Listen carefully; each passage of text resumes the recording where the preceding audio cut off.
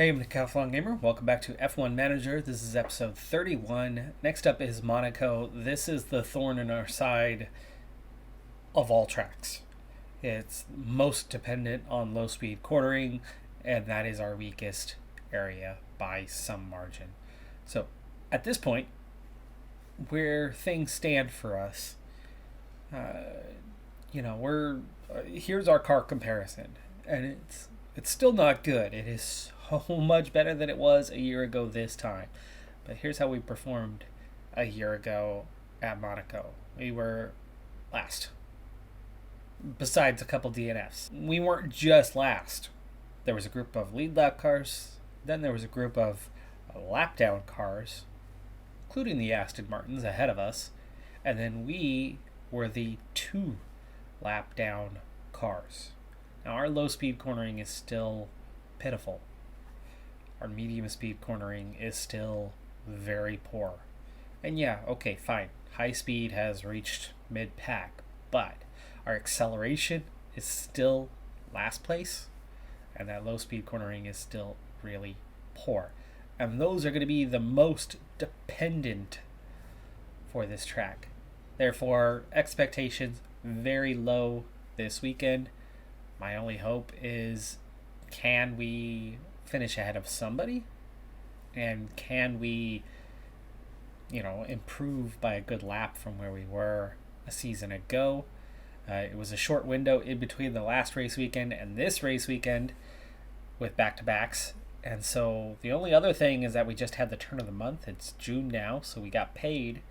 We've got 10 million. So let's go ahead and go into the facilities and let's splash a little cash. Now, the operations facilities boardroom has an upgrade coming as it had degraded, or actually it might just be refurbishment, whatever the case may be. Yeah, it's refurbishment. The weather center is all that's left here. Now, as much as I want to bring that up, it can wait. It's good enough now that we are getting solid enough reports that things have gone as expected. Scouting department, last area that we're going to bother with. 3 scouts are plenty right now to get the job done as we are making our way through the field and getting that. Now, the team hub just dropped into a lower category. Refurbishment, not when an upgrade is possible. And that upgrade, weekly experience for the staff, especially now that it's dropped off, it's at 64%. This would get us to 100%. Our staff would improve faster. And since we made the somewhat difficult decision that as a cost saving, the one major upgrade that we made to the staff is going to be it, especially while we don't want to spend money to fire others, and the best still don't want to sign with us anyway. That team attractiveness thing only got us so far. Really sad that I invested all that money into that. It really didn't turn out to be a very relevant thing. So what it actually does, I don't know. The best staff, the best teams don't want to sign with us. The sponsors aren't flocking to us. Like, what does it do? 6.5 million. Finish off the team hub. I guess so. I mean, that'll take those 2 categories and finish them off, which now opens us up to that last area. And yep, there's a lot of work to do here. Suspension simulator, level 2, already on its way. And that'll put level 2s on all of these. That design center is probably going to be our next target, but that factory is already down to 3.5. Maybe once it drops to 3, we'll bother to put that up, because that's more about projects for manufacturing and development speed for manufacturing. So this dropping down to like 4%, once that gets to 2, that might be a good time, because that'll triple the production. Plus, we'll have an extra ability to manufacture things at the same time. 3's not bad. 4 would be good. But yeah, I'm okay until we really drop down. We won't bother with refurbishment. That's when we'll spend 11 million. But we have almost exactly 4 million left. Like I said, the more interesting thing to me in the short term is the design center as we can add 5 more engineers. Still 3 projects, but 5 more engineers. Hey, that's going to get projects done a lot faster. But that's 18 million. 18 million's a lot. Cars have been racing through Monaco's streets since 1929, and this weekend is no exception, as we get to watch the new generation of world-class drivers take over Monte Carlo. This is the Monaco Grand Prix. Monaco is famous for its many narrow twists and corners. From the brake-heavy Le Rascasse to the treacherous Sand of Ott, there are no proper straights to speak of, and it's extremely hard to overtake here. It sounds like simple advice, but getting up as high on that starting grid as possible is the best plan of attack. At this early stage in the season, there are still plenty of opportunities for things to change. In this sport, there simply are no guarantees. The competition is on. FP1 still, and the first thing that stands out is that we were nearly 2 seconds off the pace of the Aston Martin. Now, of course, that was with a series of things going on. 1, a lot of used parts. 2, very used parts, by the way. Session. 2, aggressiveness turned down, fuel load turned down. 3, hard compound, heavy fuel load. So, big combination of factors, but that's the stuff we normally do. And normally we're close to the Aston Martins, or even sometimes ahead of them, and then, some ways off with everybody else. And then we turn it up, and all of a sudden we find we're, 1 1/3 seconds better per lap. Well, here, at the end of the session, we ran our hard compound for the first 2 stints. For the final stint, a little bit less on fuel, and soft compound. Just those 2 changes. Still barely driving. We shaved off almost 1.5 seconds. So just by taking out a little bit of fuel, handful of laps worth, and just switching to fresh softs, even though we didn't turn anything up, and we are almost on the Aston Martins now. I'm a little less worried, but we've got a long ways to go yet, and regardless, I think our pace is definitely some ways off. So as we start FP2, continuing on with a couple things here, there's a lot of new parts on the cars. Quite a few new parts. Now, one of those we ran last weekend on Albon's car, but not Pourchaire's. That part is now on both cars, and that was suspension, I believe. Underfloor on both cars. Running new there.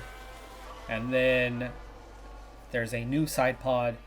Literally only one is ready. I'm going to run it through practice, but I will not run it in the race. Running it through practice just to try to get some experience on it. We'll then bump things up. So realistically, Pourchaire is where we're at on the parts knowledge for what we're going to run this weekend, which is 91%. In the middle of FP2, so halfway through practice, setups are getting there. We're getting there relatively quickly this time around. I don't know how high we'll ultimately get, but one thing's noticeable about this FP2. Vettel was down on time until just a moment ago, but Stroll and Schumacher were a lot closer to their times. And so far, all we've done here at FP2 is medium compound, same set, already on their second stint, and high fuel runs twice with everything turned down. So it looks like beating the Aston Martins. That at least should be doable. But, where can we fit in the grid? Can we get P14, P15 and beat, the McLarens and the Aston Martins? And maybe, like Vettel, Gasly, Tsunoda. Alonso's going to be way behind on setup as he crashed pretty early in FP1, so he's going to have some low numbers. We'll see how that pans out for us. Right at the end of FP2, I'm giving Albon a quick lap to see how he does. He's done 1 lap so far. It wasn't a full lap with everything turned up at a 1.562. He's on another lap. He's already halfway through and still live. Let's see how he does finishing out the lap. Let's just go ahead and ride on board as he finishes the lap, see what kind of time he can get here at the end of the session. He does have 2 cars just in front of him, so he's not in clean air, but he's got enough space to, close that gap potentially, and he has. It's the Aston Martin at the front of this little train, so we're actually faster than somebody else for a change, and 1.373, and that involved, at least from Rascast to the end of the lap, having to check up a little bit. That was very much low fuel, fresh softs though, so that's not necessarily a representative time compared to the rest of the field. Even though we didn't push, I think there at least would have been a little give and take on that one. But for Albon, I'd say we're somewhere in between, right? Because that was, 2.3 seconds better than what Pourchaire did on the mediums. Pourchaire never even got onto the soft compound. Vettel, his fastest tire was on the mediums. So I'm guessing you've got to add time to that. But maybe tail end of 113 is something we can manage. And yeah, that's enough to compete maybe with the McLarens in the race and at least be ahead of the Aston Martins. As I'm getting FP3 started, I've seen this already. Session 1 to now, the difference between us and the front of the field, it was about 3.8 to 3.9 seconds. Now it's 2.9 to 3.1. Now what's changed is not the fuel load. Fuel load, running parts, all the same. Now setups, of course, have evolved since the start, but they've evolved for the others as well. The big difference is we're on the soft compound. It looks like the soft compound is about a second a lap faster. So there is a significant difference. And included in that, of course, is the significant difference in terms of the grip coming off the grid, which very much could be a factor for us. Yeah, I can. The only reason why Albon's done here is he did have some running at the end of the session. 95%. Just about got it.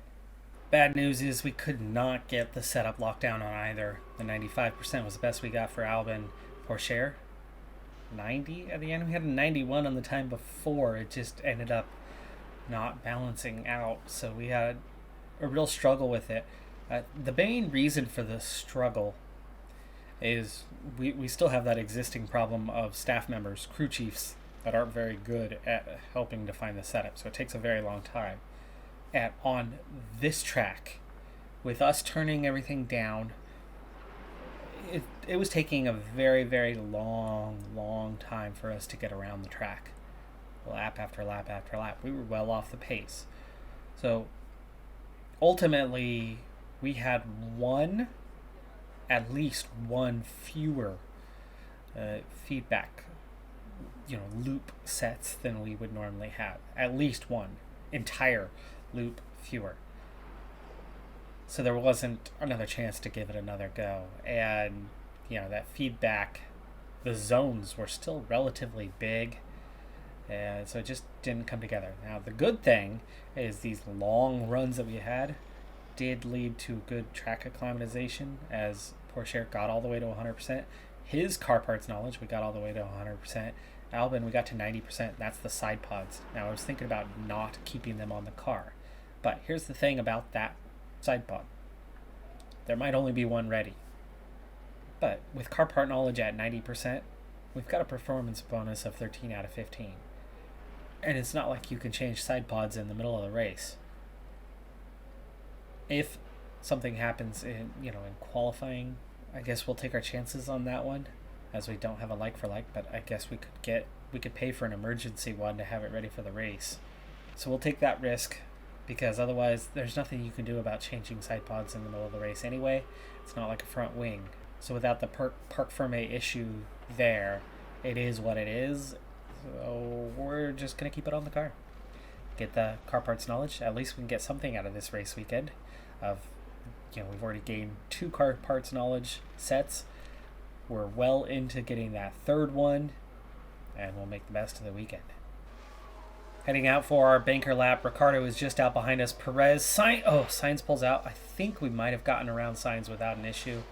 Hopefully, yes, it looked, well, I don't know. Albon lost a little bit of time, and Albon was the one who was impacted as we head back into the pits here.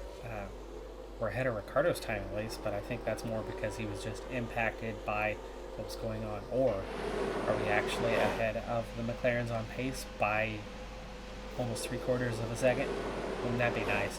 I'm thinking Albon lost at least a little bit, maybe a tenth, trying to get around Sainz.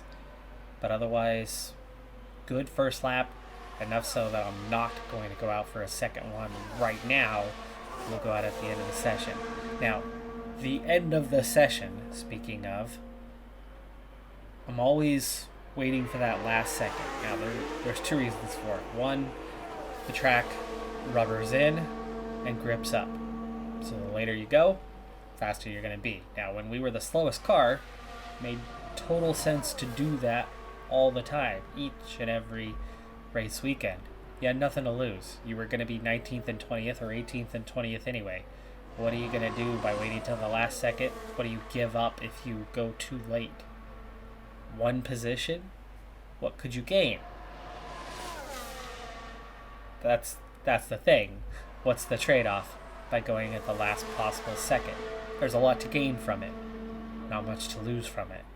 Now we're reaching a point where the car's gotten better and faster, race by race by race, especially this season. So now we're looking at a totally different scenario.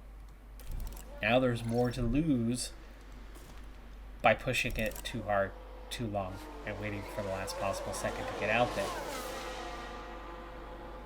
But here's the situation. The AI, they stack one car after another, after another, after another, after another on that final run. Now, if you click early, you're going to come out right in the middle of that. And you're going to come out right in front of somebody, but you're also going to come out right behind somebody. So you're going to impact dirty air for somebody behind you, but you're guaranteed to get dirty air in front of you. And that's the tricky part. So either you have to go before the entire group to get clean air, or you have to risk it and go last. And hope that you've got the timing right to where you don't run out of time. Now, every once in a while, you can just slot in, and it's okay. But more often than not, end up in dirty air, and you don't end up bettering your time. So, I'm still kind of locked in this endless, I feel like we have to kind of go at the end, because we can't afford the dirty air to mess with our times. 7 minutes to go in the session, and we are faster than the Aston Martins by a fair margin. We are faster than Ricardo and Magnussen, but I think that's, well, maybe not on the Magnussen part, because Tsunoda is just ahead of us. Norris is just ahead of us. Ricardo's time was clearly impacted. He was held up.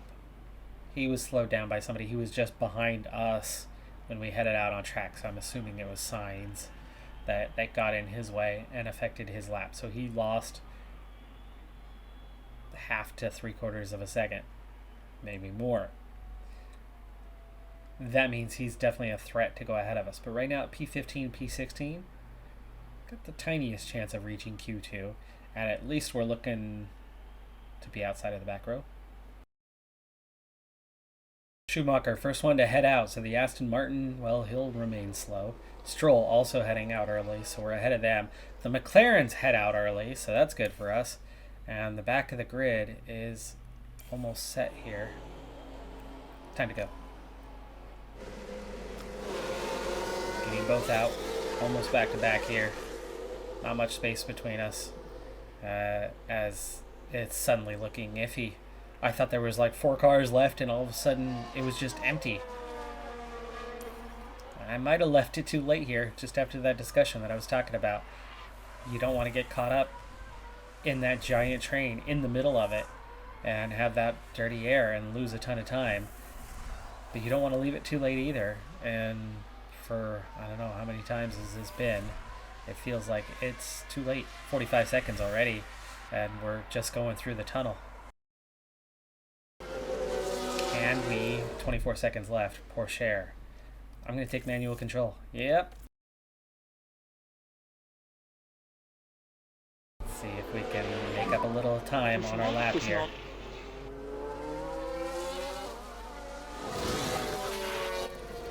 Okay, attack. And attack. 9 seconds. 7 seconds. 5 seconds. We've done it. We've done it. Yep, copy. Deploy. We did it. Okay. We saved it. But now we have to manage. Now we have to manage. So we've got him across start-finish line in time. We sped up. We're getting our lap in. But now we're actually stuck managing. You can't turn it back to auto-manage. So now it's just straight up attack and deploy. Use the rest.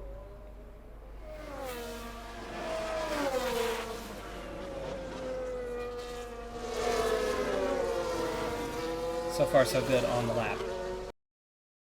And with the deploy, we have plenty of battery right now to, you would assume, most of that be deployed here in the tunnel. And we're already relegated at this point as Ricardo has improved his time. Norris has improved his time. Ricardo does go ahead of us, but by the tiniest of margins. So all we have to do is improve our time. Speaking of, how are we looking on that? Yellow in Sector 1.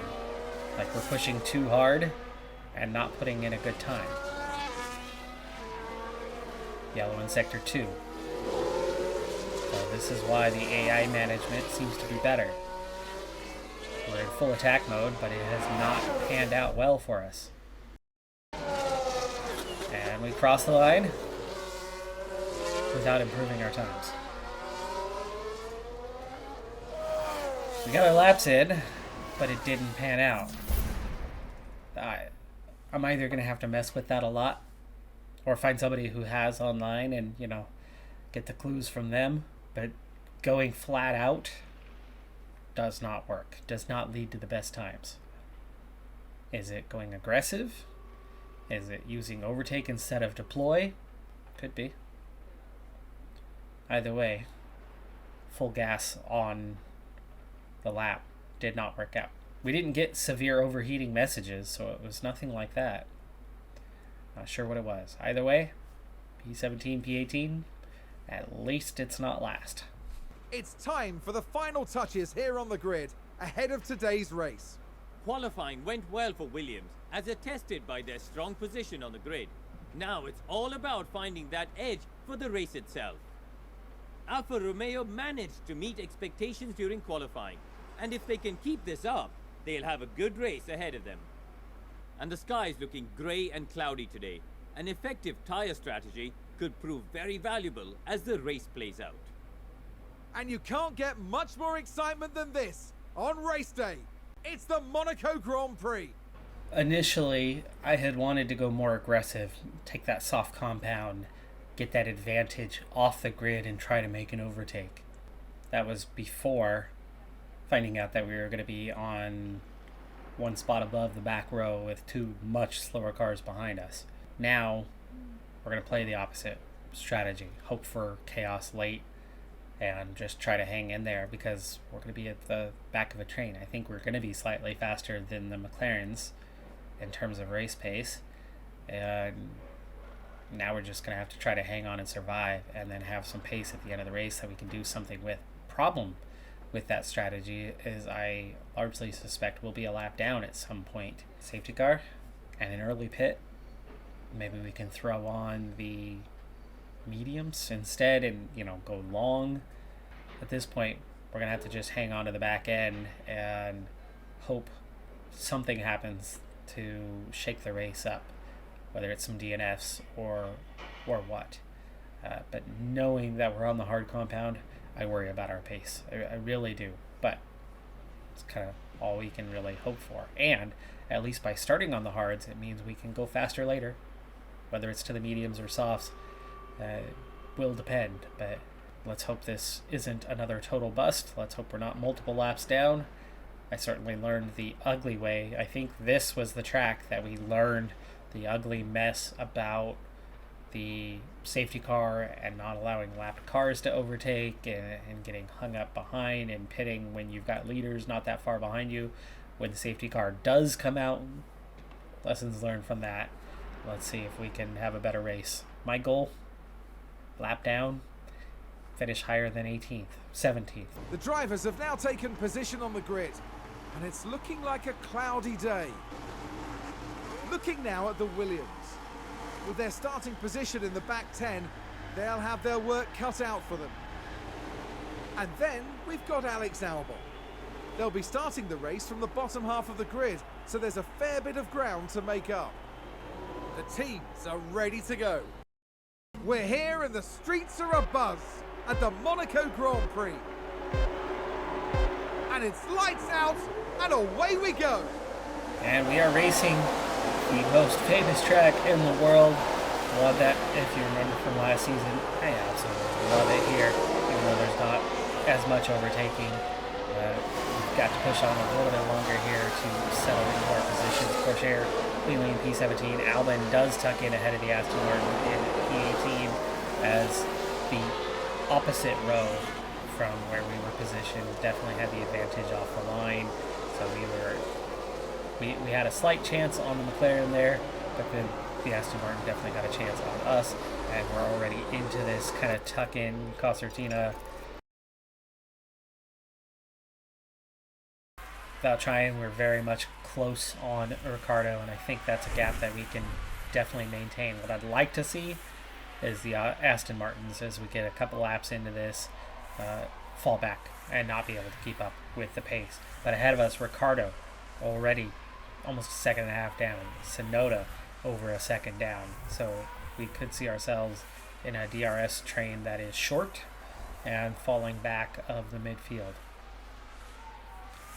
Let's see who opted for what strategy, and as we are quickly making our way through lap 2, Verstappen pulling away is probably on, different compound. Perez on the medium and holding up the cars behind him, while Verstappen is going to try to open a gap. So far, in just a couple laps, he is doing that rather rapidly. Soft medium through the entire points-paying positions. The first on the hards are Vettel and Guan Yu Zhou. Similar to us, they're going to back up the back end of the field a lot. Norris and Ocon are going to be in a world of hurt because they're going to have to pit early, and they can't go forward as they're caught behind guys who are slow. So they're going to lose a lot of ground, and then they'll be pitting early trying to get some clean air to make their way forward.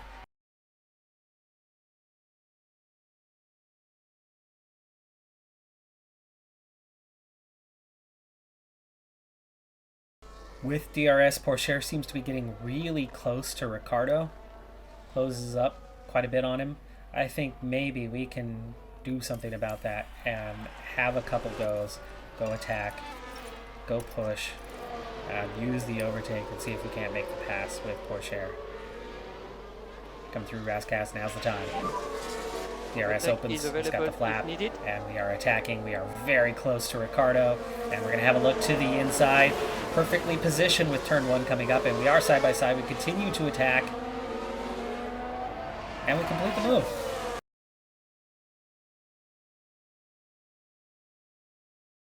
I don't think we'll drive away from him at all. I don't think we'll get out of DRS range, but I would hope that we have enough pace to get both drivers beyond him.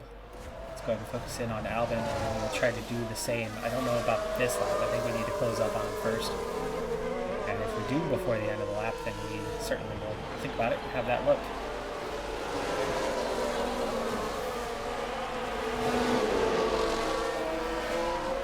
I don't feel we're close enough just yet. But maybe. Let's close this gap. Yes. Now, he's got DRS too, so that's one of the hard things here with Albon also trying to get by. Copy.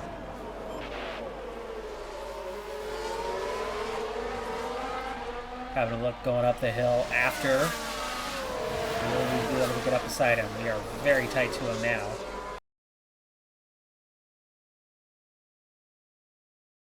The tunnel. So we're in well position for the upcoming DRS zone, as we are so close to Ricardo right now.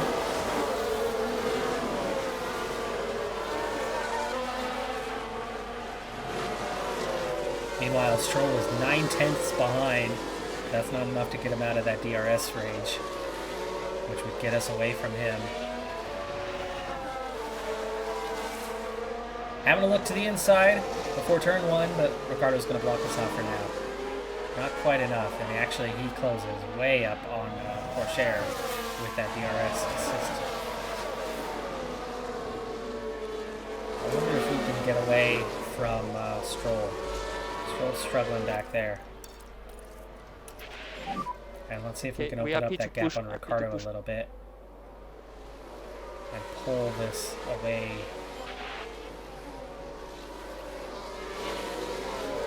0.6 of a second ahead of Stroll at the moment. Those low speed corners, that's their strong suit. Then you hit that tunnel and you're able to drive away from them a bit. And you have another low speed corner. But then you kind of get a medium section for a little bit before Raskas. Through the coolest section.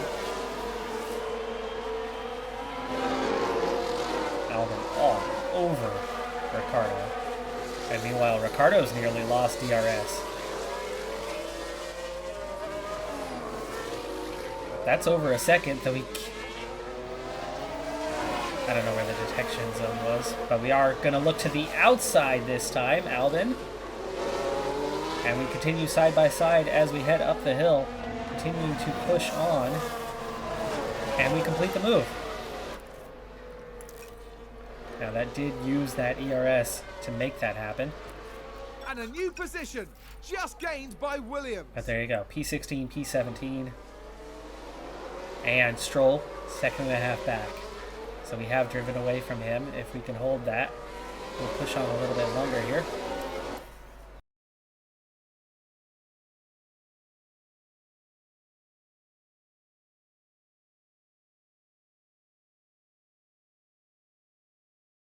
So sit rep, Verstappen, 8 seconds ahead of Leclerc, who has gone around Perez.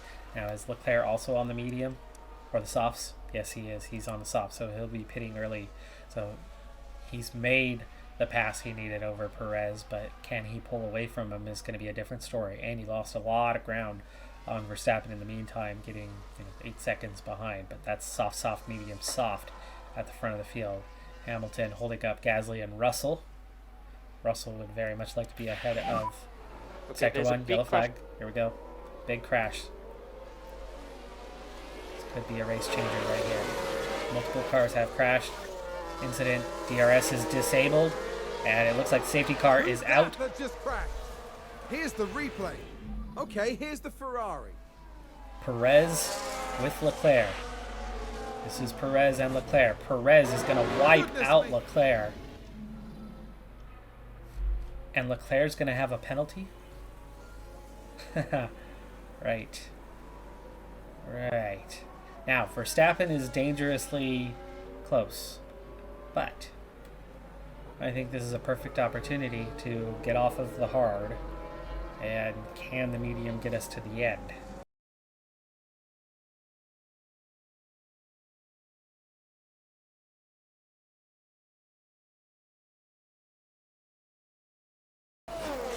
Ooh, it's VSC. Oh, it's VSC, okay. So the field's not going to bunch up in a safety car.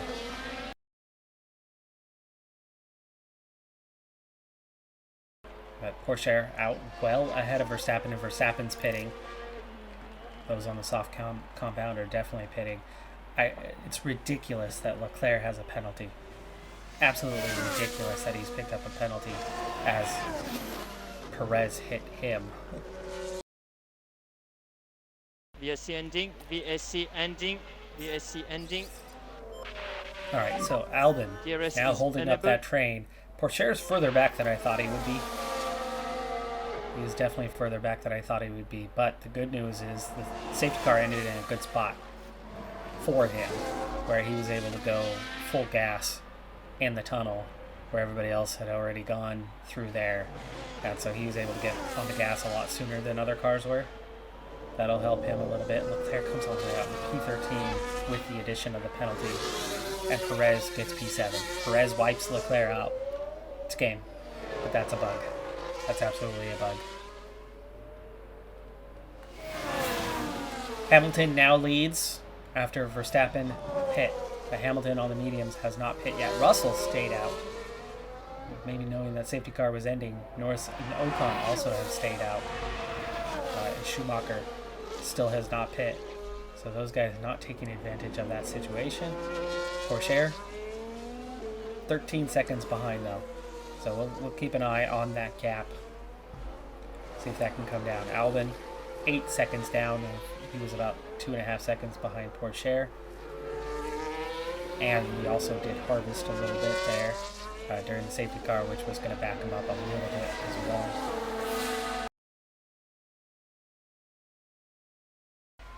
Also, with the front end pitting, that gave us some more room on the lead lap. You got 2 cars at the front, and Hamilton and Verstappen that are well ahead of everybody else. Bottas holding up Russell, and then Alonso, and then Sainz, who just pit, right? Did Sainz also pit? Yes. So, other than Verstappen, Sainz is the first car who has pit. Then Perez, Gasly, and then Vettel, Zhou have not pit. Norris, Ocon have not pit. Leclerc has. Magnussen pit.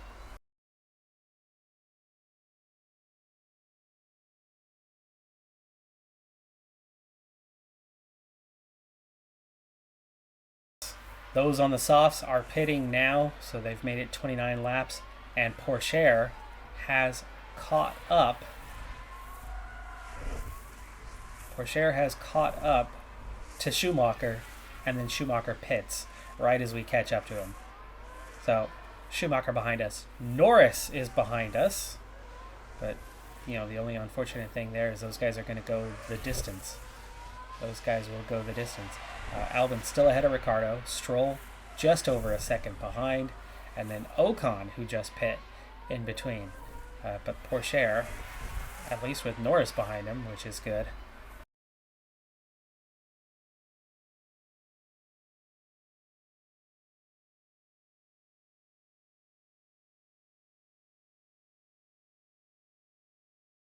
And Stroll is into the pits, so Stroll peels off, meaning there's no reason to attack. Now our pace is not held up. Clearly the mediums will not last the distance, but it'll get us past that 50 lap mark where we can use the softs to get to the end. So the softs can get us there, and we can follow Ocon for quite a while with a bit better pace here.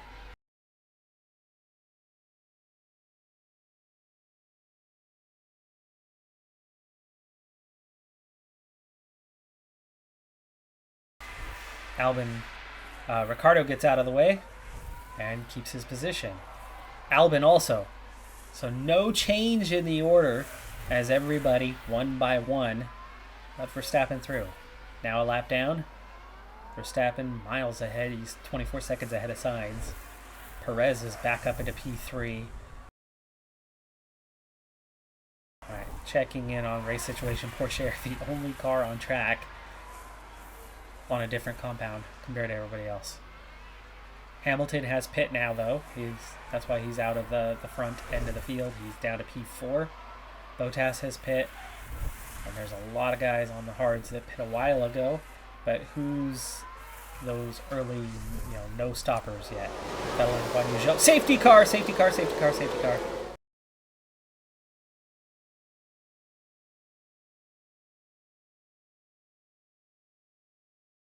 Sainz, turn 1, and just loses it. Thank goodness.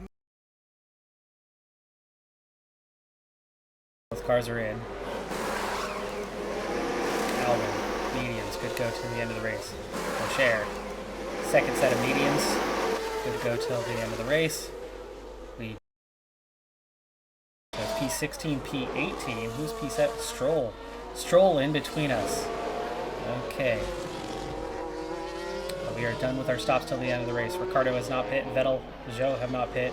We've got that possibility of moving up 3 spots. We've got cars all around us on the hard compound, and we're on the mediums. We've caught the safety car.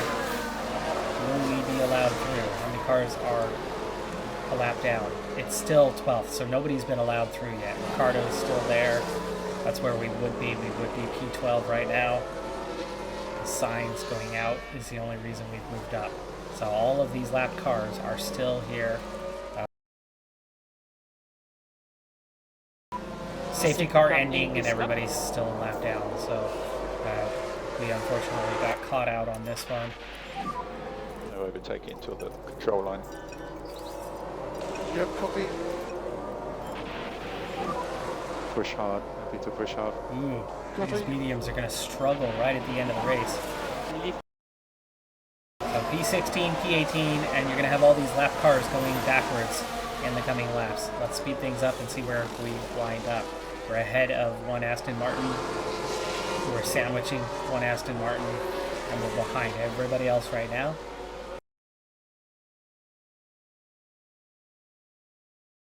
Albin letting cars go by one, and that's why I'm just speeding things up right now until we actually get into our race situation with the fellow lapped cars.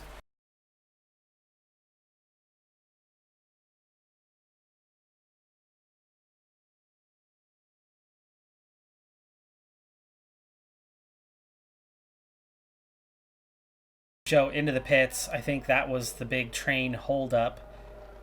7th place on back. So Joe pits, but he's P11, so he's still on the lead lap. He just comes out last and out of the points and not that far ahead of Verstappen. But that big issue we had was Guan Yu Zhou hitting the wall.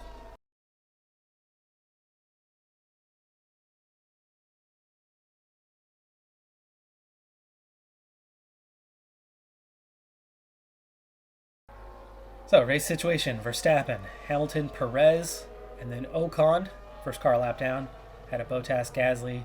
There's Norris, second car a lap down, and then Leclerc, Russell, Magnussen, and a big train. And we are in that train. Schumacher's dropping off. Ricardo's already gotten around Schumacher. How did that happen? There's Guan Yu Zhou, who is a lead lap car, so he's going to start making his way through. Blue flags are going to occur, and it's going to back us off from Vettel, who we are kind of stuck chasing. And a new position just gained by Williams. Alba just passed Let's take Tsunoda. a closer look. Now watch this. Here's the moments involving Oh, blue flag. That was a blue flag overtake, but it wasn't because he didn't tuck in fast. It was just the location, and we were all over the back. Excellent work. All right, we got a pass done. The driver's team there cheering them on.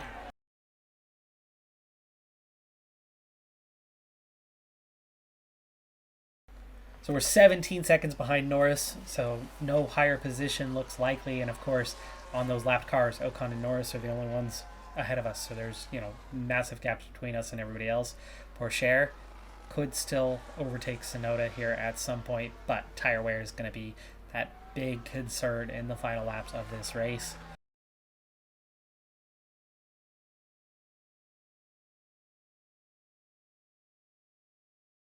But for us, we're just straight up screwed. Verstappen is pitting. Is that a new race and position falls for Haas? to P2, Let's and have a look. Tsunoda has gotten Now let's back look around at this. Albon. The focus.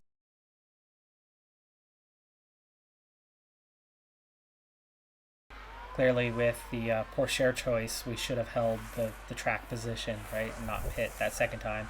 As a Ferrari coming out, and Ricardo goes by. Pourchaire already passed before I could even slow down enough to do something.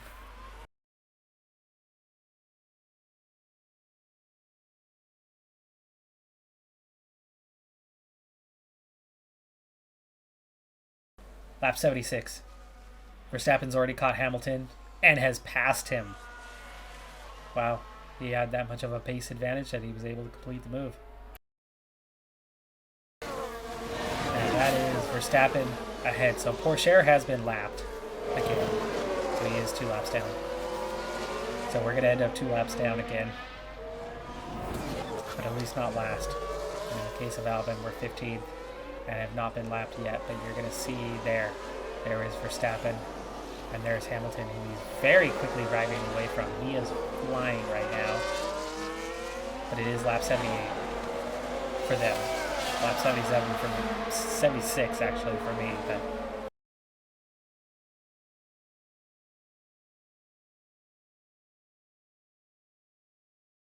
Ocon has already finished in P12. Gasly claims P5. Bottas gets that last spot on the podium. Great job for the Alfa Romeo there. They are just about fast enough to compete for podiums. That's still a good result for them. They're still on the edge of being fourth best, but it's a big 4 now, right? Not a big 1. Red Bull's clearly the fastest car. It has been for 2 seasons here. And there you go. Albon hangs on for P15. Beats Ricciardo. Goal number 3. Finish ahead of anybody besides the Aston Martins. And we managed to do that with the case of Ricciardo and that late pit stop from him. An okay performance. Here's the standings at this point in the season. Verstappen with a massive lead. Leclerc getting 0 points today. Hamilton, solid 18, just 3 points behind Leclerc and into third place with Sainz in P4. And Perez is P5, scoring 12 points today. Russell, 6. Alonso, 7. Bottas with a strong 8. He had 20 previous. He scored 15 today.